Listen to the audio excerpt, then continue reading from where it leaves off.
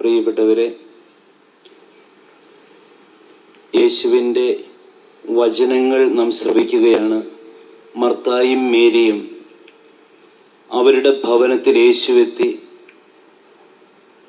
മർത്ത പലവിധ ജോലികളിൽ വ്യാപൃതയാണ്. യേശുവിന് വേണ്ടി വലിയ വിരുന്നൊരുക്കാനുള്ള ശ്രമത്തിലാണ് മർത്ത. മറിയം യേശുവിൻ്റെ അടുത്തിരുന്ന് അവിടുത്തെ വചനങ്ങൾ ശ്രവിച്ചുകൊണ്ടിരിക്കുന്നു. നമുക്കറിയാം, ഒരു വീട്ടിൽ 2 സ്ത്രീകളുണ്ടെങ്കിൽ ഒരാൾ ജോലികൾ മുഴുവൻ ചെയ്യുന്നു, മറ്റേ വ്യക്തി വിരുന്നുകാരനുമായിട്ട് വാചകമടിച്ചുകൊണ്ടിരുന്നു കഴിഞ്ഞാൽ ജോലി ചെയ്യുന്നയാൾക്കുണ്ടാകുന്ന വികാരങ്ങൾ നിങ്ങൾക്ക് സങ്കല്പിക്കാൻ പറ്റും. ഇതാ മർത്ത യേശുവിൻ്റെ അടുത്ത് വന്ന് അവിടുത്തോട് പരാതിപ്പെടുകയാണ്. ഇവൾ എന്നെ തനിച്ചാക്കി, ജോലികളെല്ലാം ചെയ്ത്, ഒരുപക്ഷെ എനിക്ക് നിന്നോട് സംസാരിക്കാൻ നേരം കിട്ടുന്നില്ല, എൻ്റെ സഹോദരി കൂടി വന്ന് എന്നെ സഹായിച്ചാൽ ജോലികളെല്ലാം പെട്ടെന്ന് തീർത്ത് നിന്നെ ശ്രവിക്കാൻ എനിക്ക് കൂടി വരാനാകും. പക്ഷെ ഈശോ പറയുന്ന ഒരു കാര്യമുണ്ട്. ഈശോ പറയുന്നു, മറിയം നല്ല ഭാഗം തിരഞ്ഞെടുത്തിരിക്കുന്നു, അത് അവളിൽ നിന്ന് ഒരിക്കലും എടുത്തു മാറ്റപ്പെടില്ല. അപ്പോൾ മറിയം തിരഞ്ഞെടുത്ത നല്ല ഭാഗം എന്ന് പറയുന്നത് എന്താണ്? യേശുവിൻ്റെ വചനം ശ്രവിക്കുക എന്നുള്ളതാണ്. ഓർക്കുക, വചനം ശ്രവിക്കുന്നത് ജീവിതത്തിലെ ഏറ്റവും നല്ല ഒരു കാര്യമാണ്, ജീവിതത്തിലെ ഏറ്റവും നല്ല ഭാഗമാണ് എന്ന് ഈശോ തന്നെ വ്യക്തമാക്കുന്നു. പലവിധത്തിലുള്ള ജോലികളിൽ നിന്ന് മാറി നിന്നുകൊണ്ട് ഈ ഭവനത്തിൽ വന്ന് യേശുവിൻ്റെ വചനം കേൾക്കുന്നത് ജീവിതത്തിലെ ഒരു നല്ല കാര്യമാണ്, നല്ല ഭാഗമാണ്. അതുകൊണ്ട് തന്നെ നിങ്ങളൊക്കെ ജീവിതത്തിൽ നല്ല ഭാഗം തിരഞ്ഞെടുത്തിരിക്കുന്നു എന്ന് പൂർണ്ണമായിട്ട് വിശ്വസിക്കുക. നമുക്കറിയാം, ഈ 3 ദിവസത്തെ ധ്യാനം കൊണ്ട് ഒത്തിരിയേറെ വലിയ കാര്യങ്ങൾ നമുക്ക് ചെയ്യാൻ സാധിച്ചെന്ന് വരില്ല. പക്ഷേ ദൈവത്തിന് അത്ഭുതങ്ങൾ പ്രവർത്തിക്കാൻ അധികം സമയം വേണ്ട. നമ്മുടെ ജീവിതങ്ങളെ സമ്പൂർണമായി തമ്പുരാന്റെ കരങ്ങളിലേക്ക് ഏൽപ്പിച്ചു കൊടുത്താൽ ആ ജീവിതങ്ങളിൽ അത്ഭുതം പ്രവർത്തിക്കാൻ ദൈവത്തിന് സാധിക്കും. പ്രിയപ്പെട്ടവരെ, ദൈവം നമ്മുടെ ഇടയിൽ അത്ഭുതം പ്രവർത്തിക്കുക കൂദാശകളിലൂടെയാണ്. വിശുദ്ധ കുർബാനയിലൂടെ, വിശുദ്ധ കുംഭസാരത്തിലൂടെ അവിടുന്ന് അത്ഭുതങ്ങൾ പ്രവർത്തിക്കുകയാണ്. അപ്പവും വീഞ്ഞും അവിടുത്തെ ശരീരരക്തങ്ങളായി മാറുന്നു. നമ്മുടെ മുഴുവൻ പാപങ്ങളും അവിടുന്ന് ഏറ്റെടുക്കുന്നു, അവിടുന്ന് മോചിക്കുന്നു. ഒരുപക്ഷെ ഈ ലോകത്തുള്ള, ഈ നാട്ടിലുള്ള മുഴുവൻ ആളുകളും ഐകകണ്ഠേന പറയുകയാണ്, നിന്റെ പാപങ്ങൾ മോചിക്കപ്പെട്ടിരിക്കുന്നു. അങ്ങനെ പറഞ്ഞാൽ പോലും നമ്മുടെ പാപങ്ങൾക്ക് മോചനം ഉണ്ടാവില്ല. അതേസമയം ദൈവം നൽകിയ അധികാരം ഉപയോഗിച്ച്, പൗരോഹിത്യത്തിന്റെ അധികാരത്താൽ ഒരു പുരോഹിതൻ നിന്റെ സകല പാപങ്ങളും മോചിക്കപ്പെട്ടിരിക്കുന്നു എന്ന് ദൈവനാമത്തിൽ പറയുമ്പോഴോ നമ്മുടെ പാപങ്ങളെല്ലാം മോചിക്കപ്പെട്ടു കഴിഞ്ഞു. അതുകൊണ്ട് തന്നെ നമ്മെ സംബന്ധിച്ചിടത്തോളം, ഈ ധ്യാനത്തെ സംബന്ധിച്ചിടത്തോളം ഏറ്റവും പ്രധാനപ്പെട്ട ഒരു ശുശ്രൂഷയാണ് വിശുദ്ധ കുംഭസാരം എന്ന ശുശ്രൂഷ. ഈ വിശുദ്ധ കുംഭസാരത്തിലേക്ക് നാം കടന്നു വരുന്നത് നാളത്തെ ദിവസമാണ്. എങ്കിൽ പോലും എന്താണ് ഈ കൂദാശയെന്നും എപ്രകാരമാണ് ഈ കൂദാശ സ്വീകരിക്കേണ്ടത് എന്നുള്ള ഒരു ബോധ്യം നമുക്കുണ്ടെങ്കിൽ ഈ കൂദാശ ഒരുക്കത്തോടെ സ്വീകരിക്കാനാകും. ഇപ്പോൾ മുതൽ നമുക്ക് ഒരുങ്ങാനാകും. നാളെ ഈ സമയത്ത് 3 മുതൽ 4 വരെയാകും കുംഭസാരം എന്ന കൂദാശ നമുക്കായി ഒരുക്കിയിരിക്കുക. ഇപ്പോൾ മുതൽ അതിനെക്കുറിച്ച് ചിന്തിക്കാനും കുംഭസാരത്തിന് ഒരുങ്ങുവാനും ദൈവം നമ്മെ സഹായിക്കും. അതുകൊണ്ട് തന്നെ കുംഭസാരത്തെ കുറിച്ചുള്ള ഏതാനും ചിന്തകൾ ഇവിടെ പങ്കുവെക്കാനായിട്ട് ആഗ്രഹിക്കുക. ഞാൻ പറഞ്ഞല്ലോ, ദൈവം നമ്മുടെ ഇടയിൽ പ്രവർത്തിക്കുന്ന വലിയ ഒരു അത്ഭുതമാണ് കുംഭസാരം എന്ന കൂദാശ, അനുരഞ്ജന കൂദാശ. പക്ഷെ ഈ കൂദാശയെ കുറിച്ച് പലർക്കും പല വിധത്തിലുള്ള സംശയങ്ങളുണ്ട്. ഒരുപക്ഷെ പല പ്രാവശ്യം ഈ കൂദാശ സ്വീകരിച്ചിട്ടുള്ള നമുക്ക് പോലും ചിലപ്പോഴെങ്കിലും ചില സംശയങ്ങൾ തോന്നാം. ഉദാഹരണം പറഞ്ഞാൽ, സാധാരണഗതിയിൽ തോന്നാൻ സാധ്യതയുള്ള ഒരു സംശയം, എന്തിനാണ് ഒരു വൈദികനോട് പോയി പറയുന്നത്, മൂന്നാമതൊരു വ്യക്തിയോട് പറയുന്നത്? നേരിട്ട് ദൈവത്തോട് പറഞ്ഞാൽ പോരെ? പലരുടെയും വലിയൊരു സംശയം ഇത്.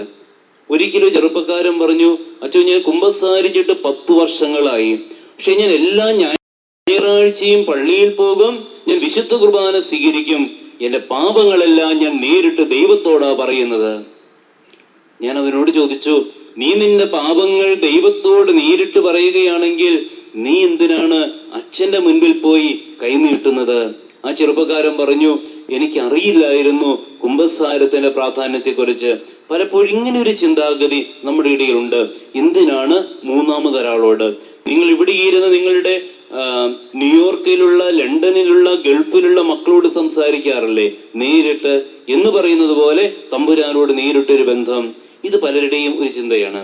ഇനി രണ്ടാമത്തെ ഒരു സംശയം എന്തെന്ന് വെച്ചാൽ, അറിയുന്ന അച്ഛന്റെ അടുത്ത് എങ്ങനെയാണ് പോയി പാപങ്ങൾ ഏറ്റുപറയുന്നത്?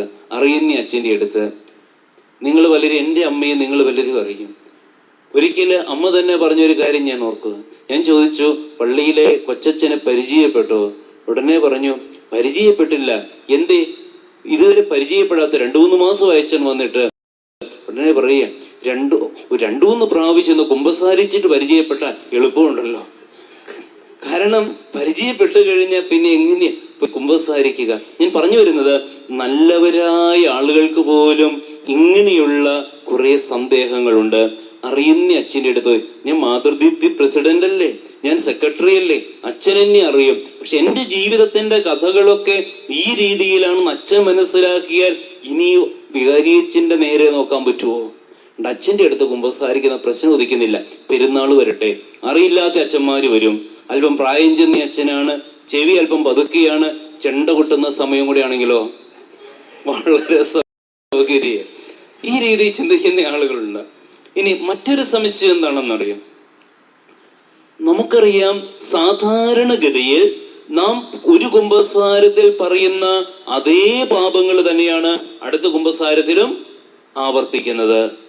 അപ്പോൾ ഒരു കുമ്പസാരത്തിൽ പറഞ്ഞ അതേ പാപങ്ങൾ അടുത്ത കുമ്പസാരത്തിൽ ആവർത്തിക്കുന്നു. ഞാൻ കുമ്പസാരിച്ചിട്ടും ജീവിതത്തിൽ ഒരു മാറ്റവും വരുന്നില്ല. പഴയ തെറ്റുകൾ തന്നെ ആവർത്തിച്ചുകൊണ്ടിരിക്കുന്നു. മരുമകളുമായിട്ട് ഉടക്കുണ്ടാക്കുന്നയാള് അടുത്ത കുമ്പസാരത്തിലും അത് തന്നെ പറയാനുള്ളൂ. ഭർത്താവുമായിട്ട് വഴക്കുണ്ടാക്കുന്നയാൾക്ക് അടുത്ത കുമ്പസാരത്തിലും അത് തന്നെ പറയാനുള്ളൂ. ഒരിക്കൽ കുമ്പസാരത്തിൽ ഏറ്റുപറഞ്ഞ അതേ പാപങ്ങൾ വീണ്ടും നാം ചെയ്യുന്നു. അപ്പോൾ കുമ്പസാരം കൊണ്ട് എന്താ പ്രയോജനമുള്ളത്? എന്തെങ്കിലും ഒരു പ്രയോജനമുണ്ടോ? എൻ്റെ ജീവിതത്തിൽ ഒരു മാറ്റവും വന്നിട്ടില്ല, പിന്നെ എന്തിനാ കുമ്പസാരിക്കുന്നത്? ചിലരുടെയെങ്കിലും ഒരു സംശയമാണ്. മറ്റു ചിലരുടെ ഒരു സംശയം, ഒരു അയൽപ്പക്കക്കാരുമായിട്ട് താരതമ്യം ചെയ്യും. അവനും അവളും എല്ലാ ആഴ്ചയും കുമ്പസാരവും കുർബാനയുണ്ട്, എന്നിട്ടും അവരുടെ വീട്ടിൽ തമ്മിത്തല്ലും പടയാ. എൻ്റെ വീട്ടിൽ അത്രയും കുഴപ്പമുണ്ടോ? ഇല്ല.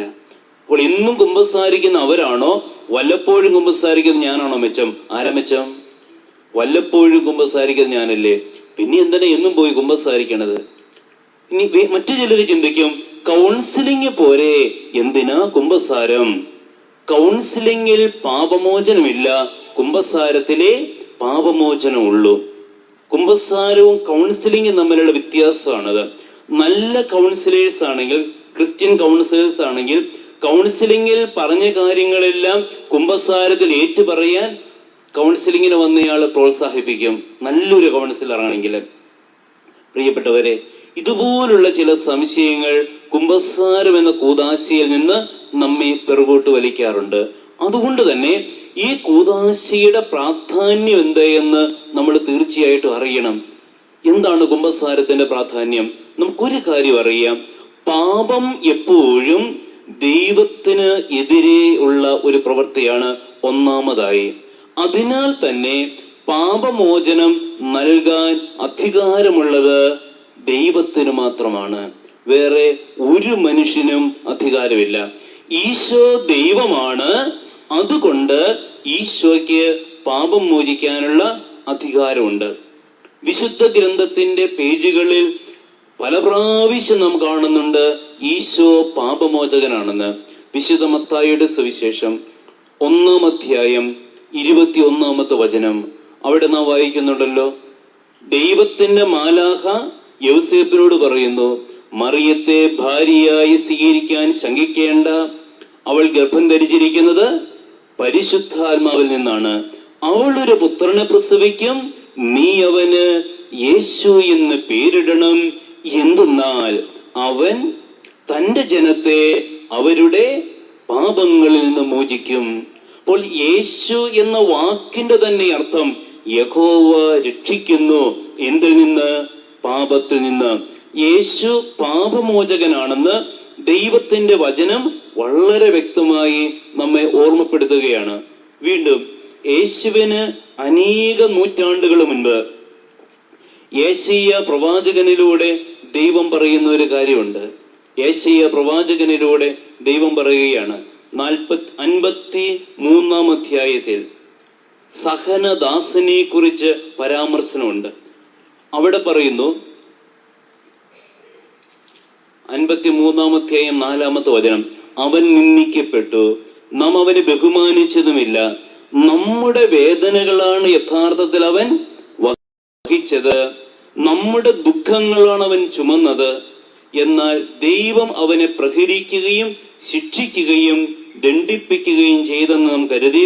5-ാമത്തെ വചനം പറയും, നമ്മുടെ അതിക്രമങ്ങൾക്ക് വേണ്ടി അവൻ മുറിവേൽപ്പിക്കപ്പെട്ടു, നമ്മുടെ അകൃത്യങ്ങൾക്ക് വേണ്ടി അവൻ ക്ഷതമേൽപ്പിക്കപ്പെട്ടു, അവന്റെ മേലുള്ള ശിക്ഷ നമുക്ക് രക്ഷ നൽകി. അപ്പൊ എന്തുകൊണ്ടാണ് യേശു കുരിശിൽ മരിച്ചത് എന്ന് യേശുവിന് 750 വർഷങ്ങൾക്ക് മുൻപേ പ്രവാചകൻ എഴുതി വച്ചിരിക്കുകയാണ്. നമ്മുടെ പാപത്തിനുള്ള ശിക്ഷയാണ് യേശു ഏറ്റുവാങ്ങിയത്. യേശു നമ്മുടെ പാപങ്ങൾ സ്വന്തം ശരീരത്തിൽ ഏറ്റെടുത്തുകൊണ്ട് നമുക്ക് പാപമോചനം നൽകുകയാണ്. Price the Lord. ഒരു കരമുയർത്തി പ്രൈസ് ദി ലോർഡ്, ഹല്ലേലൂയ, യേശുവേ നന്ദി, ഈശോയെ സ്തുതി. വീണ്ടും യോഹന്നാന്റെ സുവിശേഷം 1-ാം അധ്യായം 29-ാമത്തെ വചനം. ഈ വചനത്തിൽ നാം കാണുന്നു, യോർദാന്റെ കരയിൽ നിൽക്കുന്ന സ്നാപക യോഹന്നാൻ ഈശോ തന്റെ അടുത്തേക്ക് നടന്നു വരുന്നത് കാണുമ്പോൾ യേശുവിനെ കുറിച്ച് തന്റെ ചുറ്റുമുള്ള യഹൂദരോട് പറയുന്നു, ഇതാ ലോകത്തിന്റെ പാപം നീക്കുന്ന ദൈവത്തിന്റെ കുഞ്ഞാട്. എന്തുകൊണ്ടാ യോഹന്നാൻ പ്രകാരം പറഞ്ഞത്? യഹൂദരുടെ പാപ പരിഹാര ദിനത്തിൽ അവർ ഊനമറ്റ ഒരു കുഞ്ഞാടിനെ, 1 വയസ്സുള്ള മുട്ടാടിനെ കൊണ്ടുവരും. ഈ ആടിന്റെ കഴുത്തിൽ ഒരു ഫലകം കെട്ടിത്തൂക്കും. ഈ ഫലകത്തിൽ എഴുതി വച്ചിരിക്കുക ഇസ്രായേൽ ജനതയുടെ പാപങ്ങളാണ്. അതിനുശേഷം ഈ ആടിനെ ഇവർ മരുഭൂമിയിലേക്ക് അയക്കും. മരുഭൂമിയിലേക്ക് ആടുമായി പോകുന്നയാള് അവിടെയുള്ള ഏതെങ്കിലും ഒരു ഗർത്തത്തിൽ ഈ ആടിനെ തള്ളിയിടും. അതല്ലെങ്കിൽ അതിനെ അവിടെ ഉപേക്ഷിച്ചു പോരും. ഏതെങ്കിലും ഒരു കാട്ടുമൃഗത്തിന് അതിരയായി തീരും. ആടിനെയും കൊണ്ട് മരുഭൂമിയിലേക്ക് പോകുന്നയാൾ ഒരു കാര്യം ഉറപ്പുവരുത്തണം. എന്ത് കാര്യം? ഈ ആട് പിന്നീട് ഒരു കാലത്തും നാട്ടിലേക്ക് തിരിച്ചു വരില്ല. യഹൂദ ജനതയുടെ വിശ്വാസം എന്താണ്? തങ്ങളുടെ പാപഭാരം മുഴുവനും ഈ ആട് ഏറ്റെടുത്തു. അതാണ് അവരുടെ വിശ്വാസം. ഈ യാഥാർത്ഥ്യം സ്നാപക യോഹന്നാൻ അറിയാം, അദ്ദേഹത്തെ കേൾക്കുന്ന യഹൂദന്മാർക്കറിയാം. അതുകൊണ്ടാണ് യേശുവിനെ കണ്ടപ്പോൾ സ്നാപക യോഹന്നാൻ വിളിച്ചു പറഞ്ഞത്, ഇതാ ലോകത്തിന്റെ പാപം നീക്കുന്ന ദൈവത്തിന്റെ കുഞ്ഞാട്. ഇനി വേറെ ആടുകളുടെ ആവശ്യം നമുക്കില്ല. വീണ്ടും യോഹന്നാന്റെ 1-ാമത്തെ ലേഖനം 1-ാം അധ്യായം 7-ാമത്തെ വചനം, 7-ാം വചനത്തിന്റെ 2-ാം ഭാഗം. അവിടെ പറയുന്നു, യേശുവിന്റെ രക്തം എല്ലാ പാപങ്ങളിൽ നിന്നും നമ്മെ ശുദ്ധീകരിക്കുന്നു. Price the Lord. യേശുവിന്റെ രക്തം സകല പാപത്തിൽ നിന്നും ഇതാ നമുക്ക് മോചനം നൽകുന്നു, നമ്മെ ശുദ്ധീകരിക്കുന്നു. ദൈവത്തിന്റെ വചനം നമുക്ക് ഉറപ്പ് തരികയും ചെയ്യുന്നത്. വീണ്ടും യോഹന്നാന്റെ 1-ാമത്തെ ലേഖനം 2-ാം അധ്യായം 1-ാമത്തെ വചനം. അവിടെ എന്താ പറയുക? കുഞ്ഞുമക്കളെ, നിങ്ങൾ പാപം ചെയ്യാതിരിക്കേണ്ടതിനാണ് ഞാനിവ നിങ്ങൾക്ക് എഴുതുന്നത്. എന്നാൽ ആരെങ്കിലും പാപം ചെയ്യാൻ ഇടയായാൽ തന്നെ പിതാവിന്റെ സന്നദ്ധിയിൽ നമുക്കൊരു മധ്യസ്ഥനുണ്ട്, കർത്താവായ യേശു ക്രിസ്തു. അവൻ നമ്മുടെ പാപങ്ങൾക്ക് പരിഹാര ബലിയാണ്. Price the Lord. അപ്പൊ യേശു ക്രിസ്തു നമ്മുടെ സകല പാപത്തിനും പരിഹാര ബലിയാണ്. വചനം ഉറപ്പ് നൽകുന്നു. പ്രിയപ്പെട്ടവരെ, ഈശോ പാപമോചകനാണ്.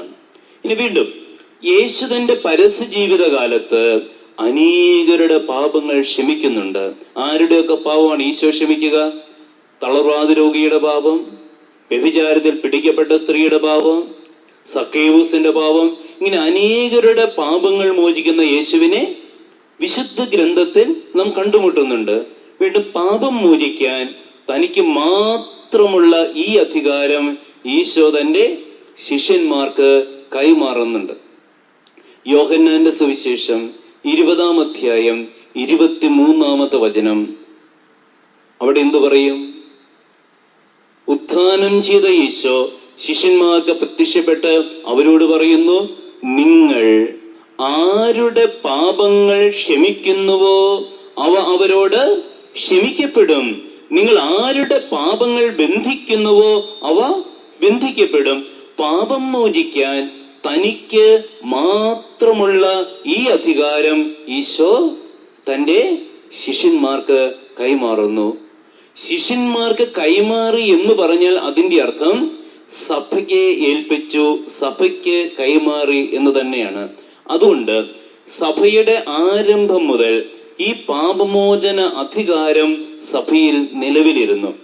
ആദ്യകാലത്ത് ഇന്നത്തെ രീതിയിലുള്ള കുമ്പസാരമായിരുന്നില്ല, അത് പരസ്യ കുമ്പസാരമാണ്. ഈ സമൂഹം ഒരുമിച്ച് കൂടുമ്പോൾ ഈ സമൂഹത്തിന്റെ നിയമങ്ങൾക്ക് വിരുദ്ധമായി പ്രവർത്തിച്ച വ്യക്തി അവിടെ വന്ന് ആ സമൂഹത്തിന്റെ മുൻപിലും സമൂഹത്തിന്റെ അധ്യക്ഷന്റെ മുൻപിലും പരസ്യമായി തന്റെ പാപങ്ങൾ ഏറ്റുപറഞ്ഞ് മാപ്പ് ചോദിക്കുന്ന ഒരു പതിവായിരുന്നു പഴയ കാലത്ത്. പിന്നീട് സഭാ സമൂഹം വളർന്നപ്പോൾ ആ പതിവ് അതുപോലെ തുടർന്നുകൊണ്ട് പോകാൻ പ്രായോഗികമായിട്ടുള്ള പല ബുദ്ധിമുട്ടുകളും ഉണ്ടായി. അതുകൊണ്ട് സഭയ്ക്ക് ലഭിച്ച ഈ അധികാരം എങ്ങനെ ഉപയോഗപ്പെടുത്തണം, വിനിയോഗിക്കണം, അതിനെക്കുറിച്ചുള്ള ചിന്തകളും പഠനങ്ങളും ഒക്കെ വന്നു. അതിന്റെ വെളിച്ചത്തിലാണ് ഇന്നത്തെ രീതിയിലുള്ള രഹസ്യ കുമ്പസാരം നിലവിൽ വരുന്നത്. ഇനി രഹസ്യ കുമ്പസാരത്തിൽ പുരോഹിതനോട് ഏറ്റുപറയുന്നത്. എന്തുകൊണ്ട് പുരോഹിതനോട് ഏറ്റുപറയണം? പുരോഹിതനോട് ഏറ്റുപറയാൻ 2 കാരണങ്ങളുണ്ട്. ഒന്നാമത്, ഈ പുരോഹിതൻ യേശുവിന്റെ പ്രതിനിധിയാണ്. യേശുവിനോട് നേരിട്ട് മുഖത്തോട് മുഖം നോക്കി എനിക്ക് ഏറ്റുപറയാനാവില്ല. അതുകൊണ്ട് ഇതാ യേശുവിന്റെ പ്രതിനിധിയായ പുരോഹിതന്റെ മുൻപിൽ ഞാൻ ഏറ്റുപറയുന്നു. രണ്ടാമതായി, ഈ പുരോഹിതൻ ഈ സമൂഹത്തിൽ നിന്നെടുക്കപ്പെട്ടവനാണ്. അതുകൊണ്ട് ഈ സമൂഹത്തോട് മുഴുവൻ പറയുന്നതിന് പകരം ഞാൻ ആരോട് പറയുന്നു? സമൂഹത്തിന്റെ പ്രതിനിധിയായ ആ വ്യക്തിയോട് പറയുന്നു. അങ്ങനെ പുരോഹിതനിൽ 2 തരത്തിലുള്ള പ്രാതിനിധ്യങ്ങള്, പ്രതീകാത്മകത ഒന്നിച്ചു വരുന്നു. അദ്ദേഹം സമൂഹത്തിന്റെ പ്രതിനിധിയാണ്, ഈശോയുടെ പ്രതിനിധിയാണ്. ആ പുരോഹിതനോട് ഏറ്റുപറയുന്ന ഇന്നത്തെ രീതിയിലുള്ള രഹസ്യ കുമ്പസാരം സഭയിൽ നിലവിൽ വന്നു. ഇത് കുമ്പസാരത്തിന്റെ ഒരു ചെറിയ ചരിത്രം. ഇനി നാം ചിന്തിക്കുന്നത്, എങ്ങനെയാണ് നന്നായിട്ടൊന്ന് കുമ്പസാരിക്കുക? ഒരുപക്ഷെ ഈ ധ്യാനത്തിൽ ഇവിടെ വന്ന് പങ്കുചേരുമ്പോൾ നമ്മുടെ ജീവിതത്തെ ഏറ്റവും കൂടുതൽ സ്പർശിക്കുന്നത് നന്നായിട്ടൊന്ന് കുമ്പസാരിക്കാൻ സാധിച്ചു എന്നുള്ള വസ്തുതയാകാം. നന്നായിട്ടൊന്ന് കുമ്പസാരിച്ചാൽ നമ്മുടെ ജീവിതത്തിൽ അത്ഭുതങ്ങൾ സംഭവിക്കും. വചനം പറയുന്നുണ്ടല്ലോ, ജോഷുവയുടെ പുസ്തകം 3-ാം അധ്യായം 5-ാമത്തെ വചനം, നിങ്ങൾ നിങ്ങളെ തന്നെ വിശുദ്ധീകരിക്കുക, ദൈവം നാളെ നിങ്ങളുടെ ഇടയിൽ അത്ഭുതങ്ങൾ പ്രവർത്തിക്കും. Price the Lord.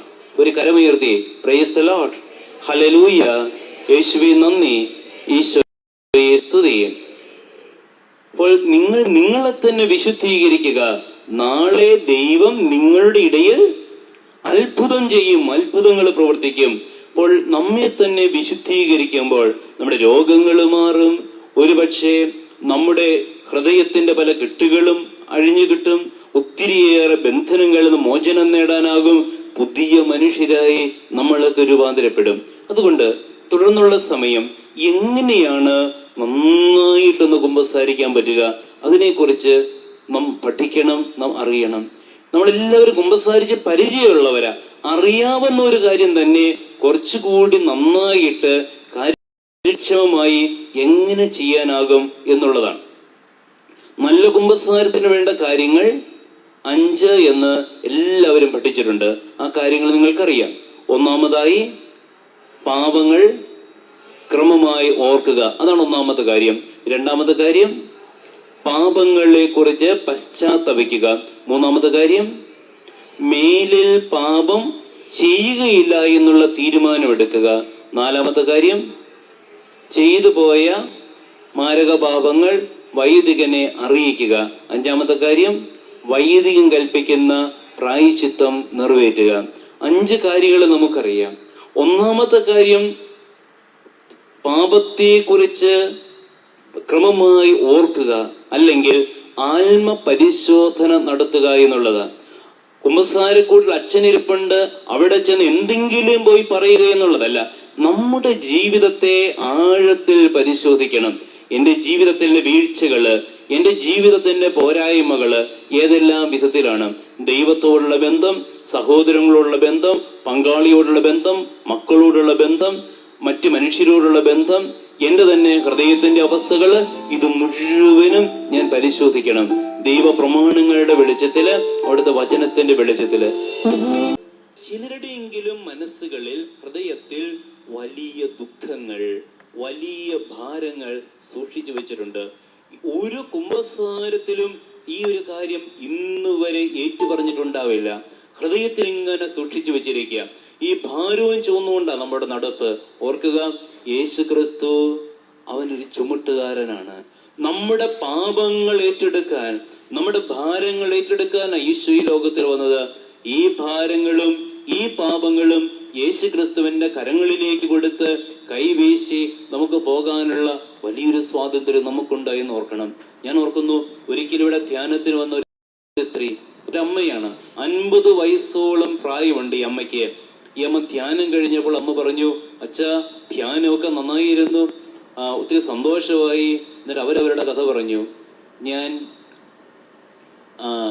കല്യാണം കഴിഞ്ഞ് 30 വർഷങ്ങളായെങ്കിലും ഇന്നുവരെ എൻ്റെ ഭർത്താവുമായിട്ട് സന്തോഷത്തോടെ ജീവിച്ചിട്ടില്ല. ആ സ്ത്രീ പറഞ്ഞ കാരണം ഇതാണ്. ചെറുപ്രായത്തില് 5ലോ 6ലോ പഠിക്കുമ്പോൾ, വെറും 10 വയസ്സ് പ്രായമുള്ളപ്പോൾ ഒരു അന്യപുരുഷൻ ലൈംഗികമായി ദുരുപയോഗപ്പെടുത്തി. എട്ടും പൊട്ടും തിരിയാത്ത പ്രായമാണത്. തെറ്റാണെന്ന് പോലും അറിയില്ല. പക്ഷെ അല്പവും കൂടി പ്രായം ചെന്നപ്പോൾ മനസ്സിലായി, ഇതൊരു വലിയ തെറ്റാണ്. എൻ്റെ ജീവിതത്തിന്റെ പരിശുദ്ധി എനിക്ക് നഷ്ടപ്പെട്ടു പോയി. പക്ഷെ കുമ്പസാരത്തിൽ പറയാൻ ഒരു ഭയമുണ്ട്, നാണമുണ്ട്. ഇതെങ്ങനെ അവതരിപ്പിക്കുമെന്ന് അറിയില്ല. അതുകൊണ്ട് കുമ്പസാരത്തിൽ പറഞ്ഞില്ല. വീണ്ടും വിവാഹപ്രായമായി വിവാഹ കുമ്പസാരം നടത്തി, പലതും പറഞ്ഞു, ഈ ഒരു കാര്യം മാത്രം പങ്കുവെച്ചില്ല. വിവാഹം കഴിഞ്ഞു, ഭർത്താവ് ഒന്നിച്ച് ജീവിതം ആരംഭിച്ചു. ഈ സ്ത്രീയുടെ ചിന്ത എന്താണെന്നറിയാവോ? നല്ലവനായ ഈ മനുഷ്യനോടൊപ്പം ജീവിക്കാനുള്ള യോഗ്യത എനിക്കില്ല. ഞാൻ ചീത്തയാണ്, ഞാൻ തെറ്റുകാരിയാണ്. പക്ഷെ വിവാഹം കഴിച്ചു പോയി ദാമ്പത്യ ജീവിതം ജീവിക്കാതിരിക്കാനാവില്ല. അങ്ങനെ കൊണ്ട് ജീവിച്ചു. ആ ജീവിതത്തിൽ 3 മക്കളും ഉണ്ടായി. പക്ഷേ കുറ്റബോധം വീണ്ടും നിലനിൽക്കുകയാണ്. ഈ മക്കളുടെ ചിലരുടെ വിവാഹം വരെ കഴിഞ്ഞു, എന്നാലും ഈ സ്ത്രീയുടെ കുറ്റബോധം നിലനിൽക്കുന്നു. ഇവിടെ വന്ന് ധ്യാനത്തില്, കൗൺസിലിങ്ങില് ഈ കാര്യങ്ങളൊക്കെ പങ്കുവെച്ചു. ഭയങ്കര സന്തോഷമായി. ആ അമ്മ പറഞ്ഞു, അച്ഛാ, ഞാൻ എൻ്റെ വീട്ടിലേക്ക് പോകുന്നത് എൻ്റെ 2ാം മധുവിധു ആഘോഷിക്കാനാ പോണത്. ഭയങ്കര സന്തോഷത്തോടെ. ഞാൻ ചോദിച്ചു, ഈ കാര്യം ഞാൻ എവിടെയെങ്കിലും ക്ലാസ് എടുക്കുമ്പോൾ പങ്കുവെച്ചാൽ കുഴപ്പമുണ്ടോ?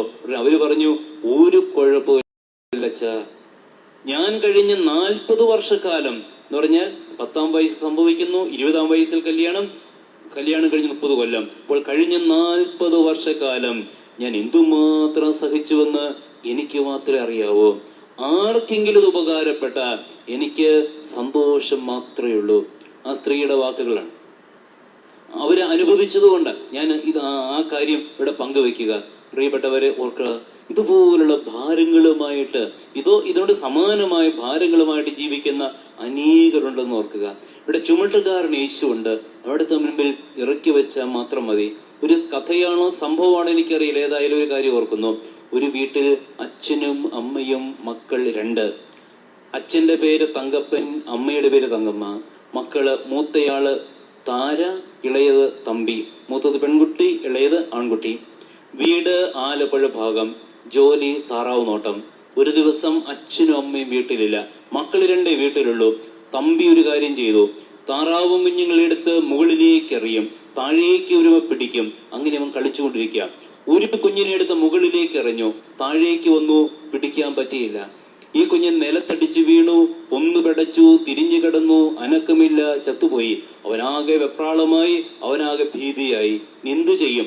അച്ഛനും അമ്മയും വന്ന് ഈ കാര്യം അറിഞ്ഞപ്പിൻ പുരിവാല പറഞ്ഞിട്ട് കാര്യമില്ല. സാക്ഷിയായിട്ട് ഒറ്റയാളേ ഉള്ളൂ. ആര്?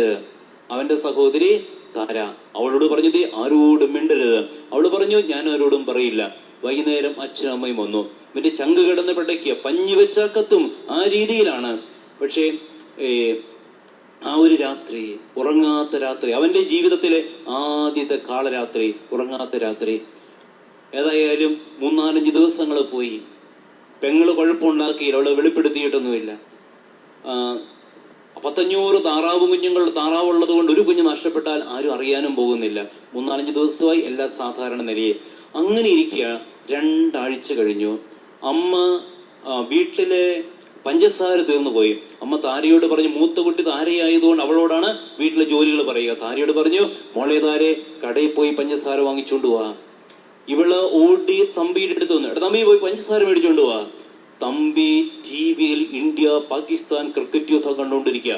6 എന്നൊക്കെ ഇവൻ പറഞ്ഞുകൊണ്ടിരിക്കുമ്പോഴാണ് ഇവള് ഈ പഞ്ചസാര കാര്യം പറഞ്ഞുകൊണ്ട് വരിക. അവൻ പറഞ്ഞു എനിക്കിപ്പോ നേരില്ല. ഉടനെ താര പറഞ്ഞു, തമ്പി താറാവ്. ഉടനെ ഇവൻ TV ഓഫ് ചെയ്തു. അവൻ ഓടി, അവൻ പോയി പഞ്ചസാര മേടിച്ചോണ്ട് വന്നു.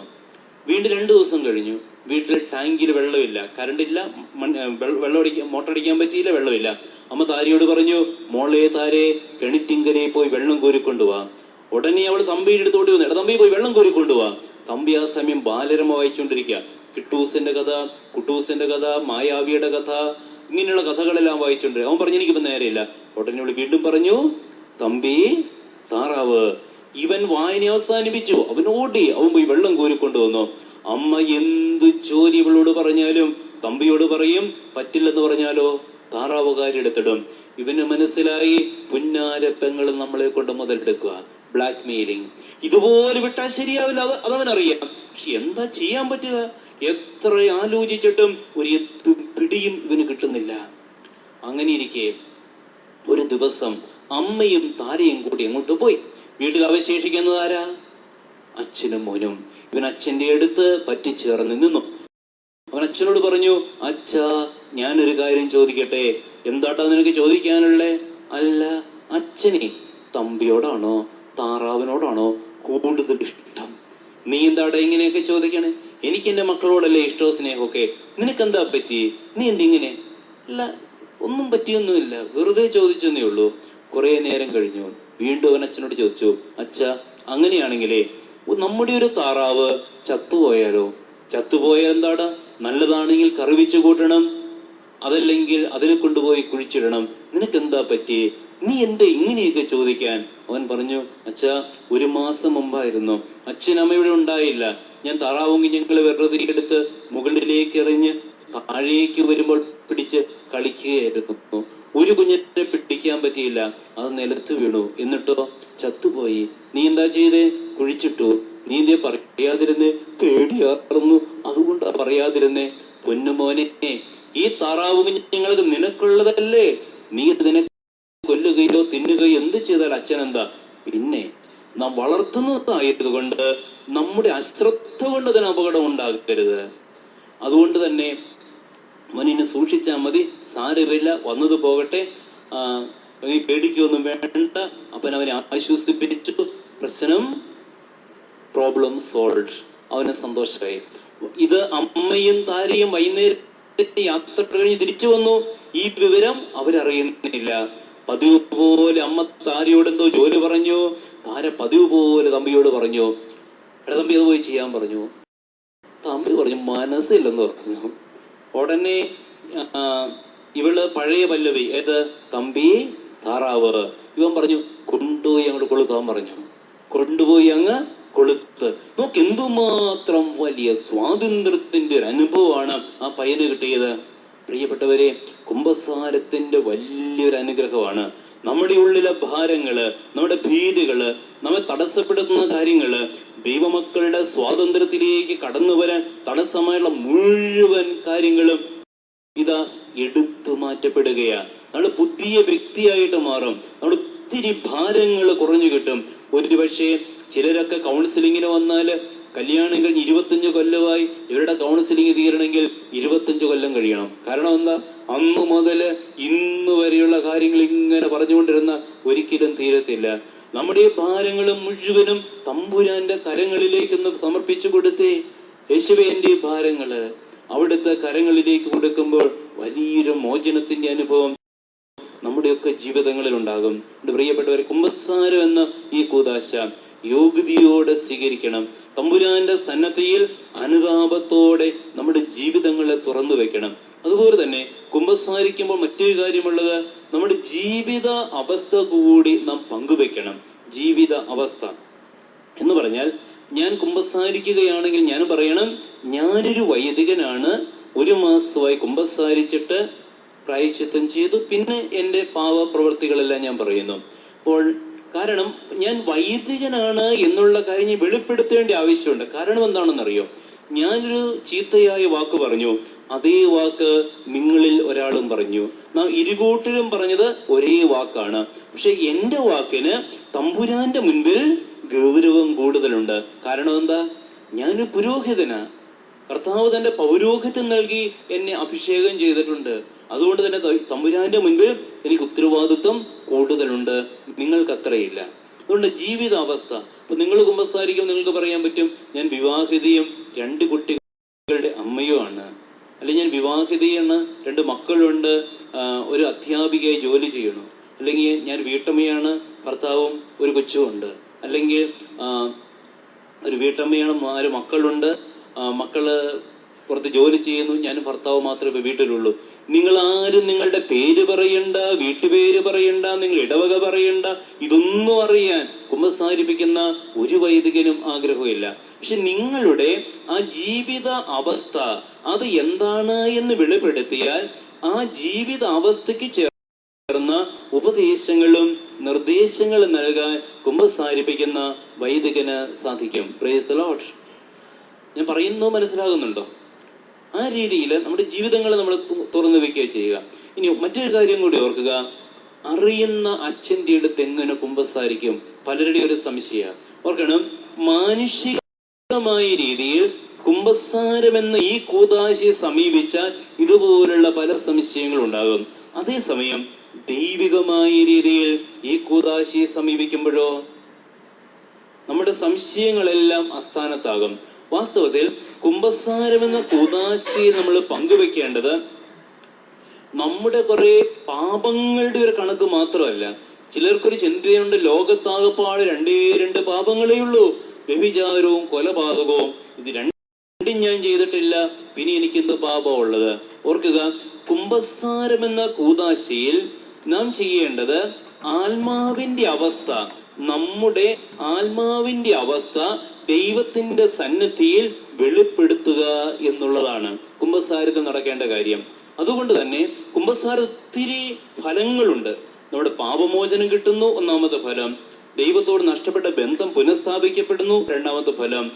മനസ്സിന്റെ ഭാരങ്ങൾ മുഴുവൻ നീങ്ങിക്കിട്ടും, അടുത്ത ഫലം. വീണ്ടും മനസ്സിൽ ഒത്തിരി സന്തോഷവും സമാധാനവും നിറയും. നന്മ ചെയ്യാനുള്ള പ്രസാദവരം നമുക്ക് ലഭിക്കും. നന്മ ചെയ്യാനുള്ള പ്രസാദവരം എന്ന് പറഞ്ഞതിന്റെ അർത്ഥം എന്താ?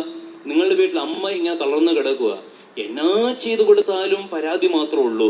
കുറച്ച് കഴിഞ്ഞ് നമുക്കൊരു മടുപ്പ് തന്നെ തോന്നി. അമ്മ പറയും, മോളെ ഒരു ഗ്ലാസ് വെള്ളം എടുത്തേ. നമ്മളൊരു പക്ഷേ സ്നേഹത്തോടെ ചെയ്യാം, അമ്മ ഇവിടെ കിടക്കട്ടെ, അരമണിക്കൂർ കഴിഞ്ഞിട്ടാണ് വെള്ളം കൊടുക്കുന്നത്. സ്നേഹത്തോടെ ശുശ്രൂഷിക്കാൻ പറ്റുന്നില്ല. കാരണം എന്താ?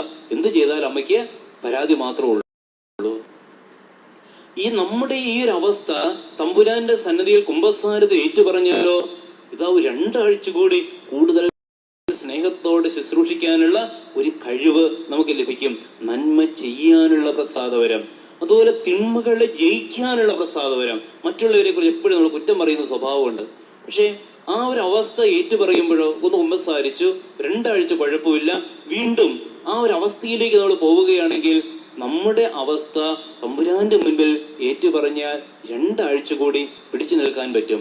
അപ്പോൾ പാപങ്ങളെ നന്മ ചെയ്യാനുള്ള പ്രസാദവരം, തിന്മകളെ ജയിക്കാനുള്ള പ്രസാദവരം, ഇതെല്ലാം കുമ്പസാരത്തിന്റെ ഫലമാണെന്ന് ഓർക്കുക.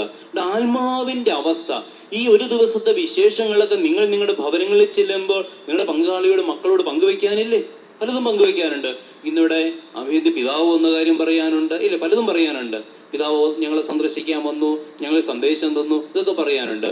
എന്ന് പറയുന്നത് പോലെ ഈ ഒരു ദിവസത്തെ, 2 ദിവസത്തെ, ഒരാഴ്ചത്തെ എന്റെ ആത്മാവിന്റെ വിശേഷങ്ങളാണ് ഞാൻ എൻ്റെ കർത്താവ് അവനോട് കുമ്പസാരം എന്ന് കുദാശയെ പറയുക. നിങ്ങൾക്കറിയാമല്ലോ, അൽഫോൻസാമ മരിച്ചപ്പോൾ അന്ന് ശവടക്കന് പ്രസംഗം പറഞ്ഞ വൈദികനാരാ? റോമുളൂസ് അച്ഛനാ പ്രസംഗം പറഞ്ഞത്. അച്ഛൻ അവിടെ വെച്ച് പറഞ്ഞു 1946 ഈ ശവടക്കന് അധികം ആളുകളൊന്നും ഉണ്ടായില്ല, ഏകദേശം 50ഓളം പേരെ ഉണ്ടായിരുന്നുള്ളൂ. അന്ന് അച്ഛൻ പറഞ്ഞു, നാം ഒരു വിശുദ്ധിയുടെ ശവസംസ്കാരത്തിലാണ് പങ്കെടുക്കുക. ഈ ശവമഞ്ചത്തിൽ കിടക്കുന്ന കന്യക ഒരു വിശുദ്ധയാണ്. 2000 വർഷങ്ങൾക്കുള്ളിൽ ഭാരതസഭ ഇതുപോലൊരു സ്ത്രീ രക്തത്തിന് ജന്മം കൊടുത്തിട്ടുണ്ടോ എന്ന് എനിക്ക് സംശയമുണ്ട്. ഈ ഭരണങ്ങാനം ഗ്രാമം ഭാരതത്തിലെ ലിസ്യു ആയി മാറും. ലിസ്യു എന്ന് പറഞ്ഞ എവിടെയുള്ള സ്ഥലം? ഫ്രാൻസിൽ, കൊച്ചി തെരേസയുടെ സ്ഥലമാണ്. ഭരണങ്ങാനം ഗ്രാമം ഭാരതത്തിലെ ലിസ്യു ആയി മാറും. ലക്ഷക്കണക്കിന് ആളുകള്, ആയിരക്കണക്കിന് വൈദികര്, മെത്രാന്മാര്, കർദിനാളന്മാര് ഈ നാട്ടിലേക്ക് പ്രവഹിക്കും. അക്ഷരം പ്രതി നിറവേറിയോ? എന്തുകൊണ്ടാണ് ഈ വൈദികൻ ഇതുപോലെ പറയാൻ സാധിച്ചത്? കാരണം എന്താ? ഈ അച്ഛനായിരുന്നു അൽഫോൻസാമയുടെ കുമ്പസാരക്കാരൻ. അതുകൊണ്ട് തന്നെ ഈ അൽഫോൻസാമയുടെ ആത്മാവിന്റെ അവസ്ഥ എന്താണെന്ന് ഈ വൈദികന് കൃത്യമായിട്ട് അറിയാം. അൽഫോൻസാമയെ വിശുദ്ധിയായി പ്രഖ്യാപിക്കുന്ന നാളുകളിൽ അന്നത്തെ പത്രങ്ങളിലൊക്കെ ഈ പ്രസംഗം അച്ചടിച്ചു വന്നു. നിങ്ങൾ ആരെങ്കിലും വായിച്ചവരുണ്ടോ? അത് കൈ ഓർത്താ വായിച്ചവര്? കൂടുതൽ പേരും വായിച്ചിട്ടുണ്ട്. അപ്പോൾ അങ്ങനെയെങ്കിൽ അൽഫോൻസാമ എന്തായിരിക്കും കുമ്പസാരിച്ചത്? വലിയ പാപങ്ങളും എല്ലാം കാണുമോ? ഒന്നും കാണില്ല. പിന്നെ എന്തായിരിക്കും കുമ്പസാരിച്ചത്? ഒരുപക്ഷെ ഇങ്ങനെയൊക്കെ പറഞ്ഞു കാണും, അച്ഛാ എനിക്ക് വേദന സഹിക്കാൻ പറ്റുന്നില്ല, ദൈവം പോലും എന്നെ ഉപേക്ഷിച്ചോ എന്ന എന്റെ ചിന്ത. ആത്മാവിന്റെ അവസ്ഥ അതേപടി പങ്കുവെക്കുകയാണ്. ഇതാ കുമ്പസാരം. അങ്ങനെ കുമ്പസാരിച്ചു കഴിയുമ്പോഴോ തന്റെ കഠിനമായ വേദനകളെല്ലാം കുറച്ചുകൂടി സന്തോഷത്തോടെ ഏറ്റെടുക്കാനുള്ള വലിയൊരു ദൈവകൃപ, ദൈവശക്തി ഈ അമ്മയ്ക്ക് ലഭിക്കുകയേ ചെയ്യണേ. കുമ്പസാരം കൊണ്ട് ഇതുപോലുള്ള ഒത്തിരി പ്രയോജനങ്ങളുണ്ട്.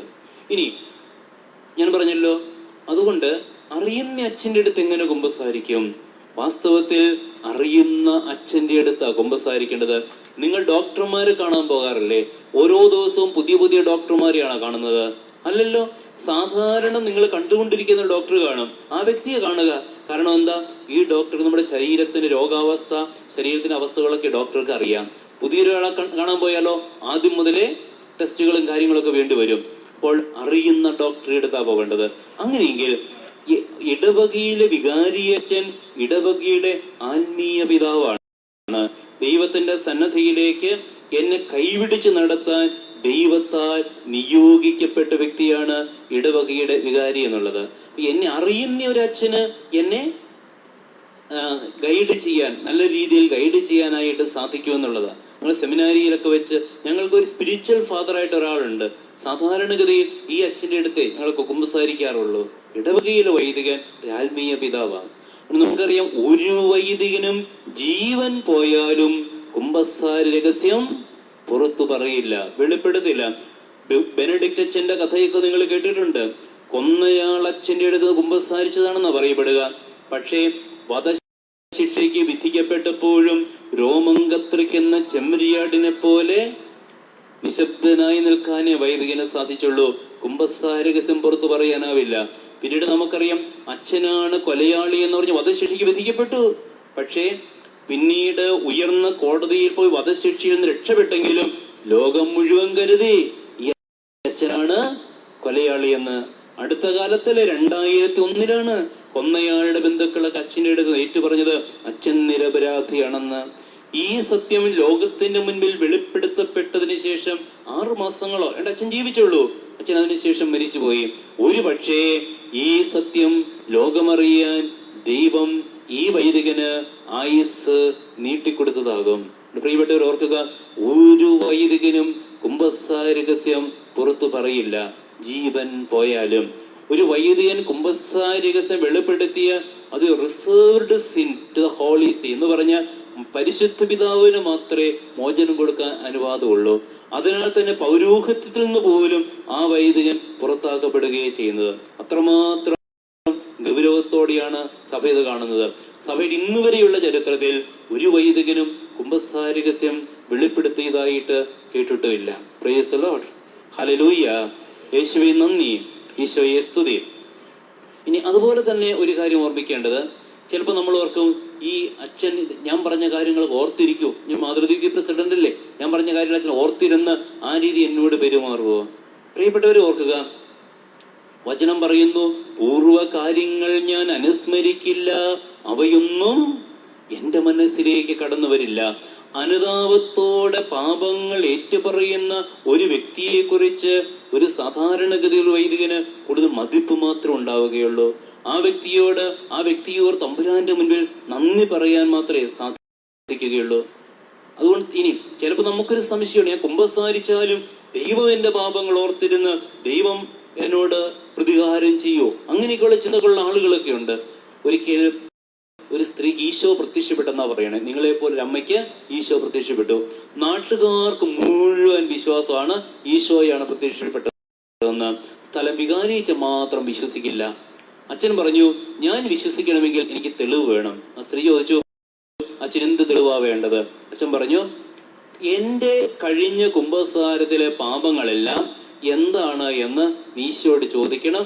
ഈശോ നിനക്കിത് വെളിപ്പെടുത്തി നീ അത് എന്നോട് ഒന്ന് പറഞ്ഞാൽ ഞാൻ വിശ്വസിക്കാം ഈശോ തന്നെയാണ് നിനക്ക് പ്രത്യക്ഷപ്പെട്ടതെന്ന്. രണ്ടാമത് ഈ സ്ത്രീക്ക് ഈശോ പ്രത്യക്ഷപ്പെട്ടു. അവൾ ഈശോയോട് പറഞ്ഞു, പൊന്നീശോയെ, നാട്ടുകാർക്ക് മുഴുവൻ വിശ്വാസമാണ് ഈശോ തന്നെയാണ് എനിക്ക് പ്രത്യക്ഷപ്പെട്ടതെന്ന്. പക്ഷേ സ്ഥലം വികാരിച്ചതിന് മാത്രം വിശ്വാസമില്ല. അച്ഛന് വിശ്വസിക്കണമെങ്കിൽ ഇതുപോലൊരു തെളിവ് വേണം. അച്ഛൻ്റെ കഴിഞ്ഞ കുമ്പസാരത്തിലെ പാപങ്ങൾക്ക് ഈശോയെ എനിക്ക് വെളിപ്പെടുത്തി തന്ന് ഞാനത് അച്ഛനോട് എന്ന് പറഞ്ഞാലേ അച്ഛൻ വിശ്വസിക്കൂ. ഉടനെ ഈശോ ഈ സ്ത്രീയോട് പറഞ്ഞെന്നാ പറയുക, അവളെ, നീ ഒരു കാര്യം ചെയ്യുക, നീ പോയി നിന്റെ വികാരിച്ചനോട് പറയുക, അച്ഛൻ്റെ കഴിഞ്ഞ കുമ്പസാരത്തിലെ പാപങ്ങൾ മുഴുവൻ ഞാൻ മറന്നുപോയെന്ന്. Praise the lord. ഗ്രീക്ക് ഭാഷയിൽ നിന്ന് ലത്തീൻ ഭാഷയിലേക്ക് ബൈബിളൊക്കെ തർജ്ജമ ചെയ്ത മഹാപണ്ഡിതനാണ് ഈ ജെറോം എന്ന് പറയുന്നത്. വിശുദ്ധനായൊരു മനുഷ്യനാണ്. ഒരിക്കൽ യേശുവിന്റെ ദർശനം ഉണ്ടായെന്നാ പറയുക ജെറോമിന്. ഈശോ ജെറോമിനോട് ചോദിച്ചു, നീ എനിക്ക് എന്താ തരുന്നത്? ജെറോം പറഞ്ഞു, കർത്താവേ, എന്റെ കഴിവുകൾ മുഴുവൻ നിനക്ക് തന്നേക്കാം. ഈശോ പറഞ്ഞു, എനിക്കതൊന്നും വേണ്ട. വീണ്ടും ചോദിച്ചു, പിന്നെന്താ വേണ്ടത്? അപ്പോൾ വീണ്ടും ഈശോ പറഞ്ഞു, എനിക്കത് വേണ്ട. ജെറോം പറഞ്ഞു, എന്നാ എന്റെ ബുദ്ധിശക്തി മുഴുവനും നിനക്ക് തന്നേക്കാം. ഈശോ പറഞ്ഞു, എനിക്കതൊന്നും വേണ്ട. ഇങ്ങനെ ജെറോം തന്റെ നേട്ടങ്ങൾ ഒന്നൊന്നായിട്ട് കർത്താവ് ഞാനത് തരാമെന്ന് പറഞ്ഞു. ഈശോ പറഞ്ഞു, എനിക്കതൊന്നും വേണ്ട. അവസാനം ജെറോം ചോദിച്ചു, പിന്നെ കർത്താവ് നിനക്ക് എന്താ വേണ്ടത്? ഉടനെ ഈശോ പറഞ്ഞു, എനിക്ക് വേണ്ടത് നിന്റെ പാപങ്ങളാണ്. Price the Lord. എനിക്ക് വേണ്ടത് നിന്റെ പാപങ്ങളാണ്. പ്രിയപ്പെട്ടവരെ, നമ്മുടെ പാപങ്ങള്, നമ്മുടെ തകർച്ച, നമ്മുടെ നിരാശ, നമ്മുടെ ദുഃഖങ്ങള്, ഇതെല്ലാം തമ്പുരാന്റെ മുൻപിലേക്കൊന്ന് സമർപ്പിച്ച് വചനം നമ്മോട് പറയുന്ന ഒരു കാര്യം എന്താണെന്ന് അറിയാവോ? എന്റെ അവസ്ഥ ഞാൻ ദൈവത്തോട് തുറന്നു പറഞ്ഞു, അവിടുന്ന് എനിക്ക് ഉത്തരമരളി. എന്റെ അവസ്ഥ ഞാൻ ദൈവത്തോട് തുറന്നു പറഞ്ഞു. സങ്കീർത്തനത്തിൽ നാം വായിക്കുന്നുണ്ട്, എന്റെ അവസ്ഥ ഞാൻ ദൈവത്തോട് തുറന്നു പറഞ്ഞു, അവിടുന്ന് എനിക്ക് ഉത്തരമേകി. അപ്പോൾ നമ്മുടെ ജീവിതത്തിന്റെ അവസ്ഥ ദൈവത്തിന്റെ സന്നിധിയിൽ തുറന്ന് പങ്കുവെക്കുമ്പോൾ ദൈവം നമുക്ക് വളരെയധികം ആശ്വാസം നൽകുന്ന ഒത്തിരിയേറെ അനുഭവങ്ങളുണ്ട്. സങ്കീർത്തനം 119:26 എന്റെ അവസ്ഥ ഞാൻ വിവരിച്ചപ്പോൾ അങ്ങനെക്ക് ഉത്തരമരളി. നമ്മുടെ ജീവിതത്തിന്റെ അവസ്ഥ എന്താണോ ആ അവസ്ഥ തമ്പുരാന്റെ മുൻപിൽ ഒന്ന് തുറന്ന് പങ്കുവെക്കുക എന്നുള്ളതാ. കായേൻ ദൈവത്തോട് പറഞ്ഞില്ലേ, ദൈവമേ, ഞാൻ ഇതുപോലെ പുറത്തേക്ക് ഇറങ്ങി ആളുകളെല്ലാം എന്നെ തല്ലിക്കൊല്ലും, എനിക്കെതിരെ ദൈവമേ ഈ പ്രപഞ്ചം മുഴുവൻ എനിക്കെതിരെ തിരിയും. ദൈവം കായേനോട് പറഞ്ഞു, ആരും നിന്റെ ജീവന്റെ മേൽ കൈവയ്ക്കില്ല. തന്റെ അവസ്ഥ മുഴുവൻ തുറന്ന് ദൈവത്തോട് പറഞ്ഞപ്പോൾ ദൈവം കായേന് തന്റെ വലതുകരം നീട്ടിക്കൊടുക്കുകയാണ്. ഹന്ന ഏൽക്കാന ദമ്പതികൾ മക്കളില്ല. ഹന്ന ദേവാലയത്തിൽ വന്ന് കരഞ്ഞ് നിലവിളിച്ച് പ്രാർത്ഥിക്കുകയാണ്. അവിടെ പ്രവാചകൻ ഏലീത് കണ്ടപ്പോൾ, പുരോഹിതൻ ഏലീത് കണ്ടപ്പോൾ എന്ത് പറഞ്ഞു? അവള് മദ്യം കഴിച്ച് ലഹരിയിലായിരിക്കും, അതുകൊണ്ടാണെന്ന് പറഞ്ഞു. പക്ഷെ ഈ ഹന്ന ദൈവത്തോട് തുറന്നു പറയുക. തന്റെ അവസ്ഥ തുറന്നു പറഞ്ഞപ്പോഴോ ദൈവോത്തരം കൊടുത്തില്ലേ, ഒരു മകനെ കൊടുത്തില്ലേ. പ്രിയപ്പെട്ടവരെ, നമ്മുടെ ജീവിതത്തിന്റെ അവസ്ഥ എന്താ? ഒരുപക്ഷെ തകർന്ന കുടുംബ ജീവിതത്തിന്റെ അവസ്ഥയാകാം, ഒരുപക്ഷെ എന്റെ പങ്കാളിയുമായിട്ട് ഒന്നിച്ചൊക്കെ പോകുന്നുണ്ട് മറ്റുള്ളവരുടെ മുൻപില്, പക്ഷെ ഹൃദയം കൊണ്ട് പണ്ടേ ഞങ്ങൾ ഡൈവോഴ്സ് ചെയ്തവരാ. അങ്ങനെയൊക്കെയുള്ള അവസ്ഥകളിൽ കഴിയുന്നവരുണ്ട്. ഇന്നൊരു കുമ്പസാരത്തിൽ ഇതൊന്നും പങ്കുവെച്ചിട്ടില്ല. നിവൃത്തിയില്ലെങ്കിൽ നീതിമാൻ എന്ത് ചെയ്യുമെന്ന് ചോദിച്ചതുപോലെ അങ്ങോട്ട് കഴിഞ്ഞു പോകുന്നത് മാത്രമേ ഉള്ളൂ. ഈ കല്യാണം കഴിഞ്ഞ 10-40 കൊല്ലമായി. ഇനി ഒരു ഡൈവോഴ്സ് എന്ന് പറഞ്ഞിട്ട് പോയ നാട്ടുകാർ വീട്ടുകാരെന്ന് വിചാരിക്കും, ഇനി അവസാനം വരെ ഇങ്ങനെയെങ്കിലും ആയിക്കോട്ടെ, ദൈവം എല്ലാം നിന്നെ പ്രതി എന്നൊക്കെ പറഞ്ഞ് ദുഃഖത്തിന്റെ പാനപാത്രവും കടിച്ചമർത്തിക്കൊണ്ടൊക്കെ പോകുന്ന ആളുകളൊക്കെ ഉണ്ടാകാം. ഈ അവസ്ഥ തമ്പുരാന്റെ മുൻപിൽ ഒന്ന് തുറന്ന് പങ്കുവെക്കുമ്പോഴോ വലിയ മോചനത്തിന്റെ അനുഭവം കിട്ടും. ഇവിടെ പങ്കാളിയെ പോലും വിശുദ്ധീകരിക്കാൻ ദൈവം നിങ്ങളെ ഉപകരണങ്ങളാക്കും. നിങ്ങളുടെ കുടുംബം, നിങ്ങളുടെ കുടുംബം അനുഗ്രഹിക്കപ്പെടുന്ന അവസ്ഥയിലേക്ക് വരും. നിങ്ങൾ വിശുദ്ധീകരിക്കപ്പെടുമ്പോഴോ ആ വിശുദ്ധി നിങ്ങളുടെ കുടുംബത്തിലേക്ക് വ്യാപിക്കും. അപ്പോൾ കുമ്പസാരം എന്ന കൂദാശ യോഗ്യതയോടെ സ്വീകരിക്കാൻ നമുക്കാകണം. ശരിയായ രീതിയിൽ സ്വീകരിക്കാൻ നമുക്കാകണം. അപ്പോൾ ഇപ്പോൾ മുതല് നാളത്തെ കുമ്പസാരത്തിന് വേണ്ടി ഒരുങ്ങണം. ഈശോയോട് പ്രാർത്ഥിക്കണം, എൻ്റെ ഈശോയെ എനിക്ക് നന്നായിട്ടൊന്ന് കുമ്പസാരിക്കണം. ഇനി ഒരുപക്ഷെ ചിലരോർക്കും എന്നാൽ ഏതായാലും ധ്യാനമാണല്ലോ, ജനിച്ച നാൾ മുതൽ ഓർമ്മ വെച്ച കാലം മുതൽ അന്നു മുതൽ ഇന്നു വരെയുള്ള മുഴുവൻ പാപങ്ങളും ഏറ്റുപറയുക. അങ്ങനെ ഏറ്റുപറയണമെന്നില്ല. കാരണം എന്താ? ഒരിക്കൽ അനുതാപത്തോടെ ഏറ്റുപറഞ്ഞിട്ടുണ്ടെങ്കിൽ ഇനി ഒരു കുമ്പസാരത്തിലും അത് ഏറ്റുപറയേണ്ട ആവശ്യമില്ല. അതേസമയം ഞാൻ ചില കാര്യങ്ങൾ മറച്ചു വെച്ചാ കുമ്പസാരിച്ചതെങ്കിലോ, കള്ളക്കുമ്പസാരം നടത്തിയതെങ്കിലോ, കുമ്പസാരത്തിൽ പറഞ്ഞതിന് പോലും മോചനം കിട്ടിയിട്ടുണ്ടാവില്ല. ചില കാര്യങ്ങൾ വേണ്ട രീതി ഞാൻ വെളിപ്പെടുത്തിയിട്ടില്ല. വ്യഭിചാരം ചെയ്ത ഒരാൾ ചീത്തപ്രവൃത്തി ചെയ്തെന്നേ പറഞ്ഞിട്ടുള്ളെങ്കിലോ അത് ശരിയായ കുമ്പസാരമായെന്ന് പറയാൻ പറ്റുമോ? ഒരിക്കലും ആയിട്ടില്ല. അങ്ങനെയൊക്കെ സംഭവിച്ചിട്ടുണ്ടെങ്കിൽ തീർച്ചയായിട്ടും തുറന്നു പങ്കുവെക്കണം. ഒരിക്കൽ യുവജനങ്ങളുടെ ഒരു ധ്യാനത്തിന് ഇങ്ങനെ ക്ലാസ് എടുക്കുമ്പോൾ ഫ്രണ്ട് റോയിൽ ഇരുന്ന ഒരു ചെറുപ്പക്കാരൻ അവൻ പറഞ്ഞു, അച്ഛാ, ഞാൻ കുമ്പസാരിക്കാൻ എല്ലാ പാപവും ഞാൻ പറയില്ല, കുറച്ച് പാപമൊക്കെ പറയുള്ളൂ. അവസാനം ഒരു പാപം ഞാൻ പറയും. എന്താണെന്നറിയാവോ? കള്ളക്കുമ്പസാരം നടത്തി. ഈ കുമ്പസാരം ഉൾപ്പെടെ കർത്താവിനെ പോലും കുപ്പിയിൽ ഇറക്കാൻ കബളിപ്പിക്കാൻ ശ്രമിക്കുന്ന അനുഭവം. പ്രിയപ്പെട്ടവരെ, ഈശോയോട് പ്രാർത്ഥിക്കുക, എൻ്റെ ഈശോയെ എനിക്ക് നന്നായിട്ടൊന്ന് കുമ്പസാരിക്കണം. വലിയ ആഗ്രഹത്തോടു കൂടി ഈശോയോട് പ്രാർത്ഥിച്ചു കഴിഞ്ഞാൽ ഈശോ കൃപ നൽകും, പാപബോധം നൽകും. ഇന്ന് വലിയൊരു പ്രശ്നം പാപബോധം ഇല്ല എന്നുള്ളതാ. പലതും ചെയ്യുന്നു, പലതും കാട്ടിക്കൊള്ളുന്നത്, ഇതൊന്നും തെറ്റൊന്നും അല്ല, എല്ലാവരും ചെയ്യണതല്ലേ, പിന്നെ എനിക്കും ചെയ്താൽ എന്താ? ഈ രീതിയിൽ ചിന്തിക്കുന്ന ആളുകള് പാപബോധത്തിന്റെ ആ ഒരു അനുഭവം, അവര് ചെയ്യുന്നതല്ലേ, പിന്നെ എനിക്കും ചെയ്താൽ എന്താ? ഇങ്ങനെ ചിന്തിക്കുമ്പോഴോ നമ്മൾ തെറ്റിൽ നിന്ന് തെറ്റിലേക്ക് പോവുകയേ ചെയ്യുന്നേ. അതുകൊണ്ട് തന്നെ ഈശോയോട് പ്രാർത്ഥിക്കണം, യേശുവേ അങ്ങയുടെ പരിശുദ്ധാത്മാവിനെ അയക്കണമേ, പാപബോധം നൽകണമേ, പശ്ചാത്താപം നൽകണമേ. എൻ്റെ ജീവിതത്തിന്റെ അവസ്ഥ മുഴുവനും അങ്ങയുടെ തിരുമുൻപിലൊന്ന് ഏറ്റുപറയാൻ, എൻ്റെ ജീവിതത്തിന്റെ കഥ മുഴുവനും അങ്ങയോടൊന്ന് പങ്കുവയ്ക്കാൻ എൻ്റെ ഈശോയെ എന്നെ സഹായിക്കണമേ, എന്നെ അനുഗ്രഹിക്കണമേ. ഈ രീതി നമുക്ക് പ്രാർത്ഥിക്കണം. ഇപ്പോൾ മുതൽ തന്നെ കുമ്പസാരത്തിന് വേണ്ടി ഒരുങ്ങണം. ഇനി കേൾക്കുന്ന പ്രസംഗങ്ങളൊക്കെ ഉണ്ട്, അവിടെയെല്ലാം പറയുന്ന കാര്യങ്ങൾ എൻ്റെ ജീവിതവുമായിട്ട് ഏതെങ്കിലുമൊക്കെ വിധത്തിൽ അവിടെ ബന്ധമുണ്ടോ എന്ന് നോക്കണം. ആ ബന്ധങ്ങളുണ്ടെങ്കിലോ അതെല്ലാം കുമ്പസാരത്തിൽ ഏറ്റുപറയേണ്ട കാര്യങ്ങളായിട്ട് നമ്മൾ കരുതി നന്നായിട്ടൊന്ന് കുമ്പസാരിക്കുക. ജീവിതത്തിൽ ഒരുപക്ഷെ ഇന്ന് വരെ നിങ്ങൾക്ക് ലഭിക്കാത്ത വലിയ ഒരു അനുഭവത്തിലൂടെ കടന്നു പോകാൻ പറ്റും. ഹൃദയത്തിന്റെ മനസ്സിന്റെ ഭാരങ്ങളും മുഴുവനും ഇല്ലായ്മ ചെയ്ത് ഒത്തിരി ഫ്രീ ആകാൻ, ഭാരങ്ങളൊക്കെ ഒത്തിരി കുറയും. 75 കിലോ ഉണ്ടെങ്കിൽ 55 കിലോയായിട്ട് കുറയുന്ന ഒരു അനുഭവം നിങ്ങൾക്കുണ്ടാകും. നന്നായിട്ടൊന്ന് കുമ്പസാരിക്കാൻ സാധിച്ചു.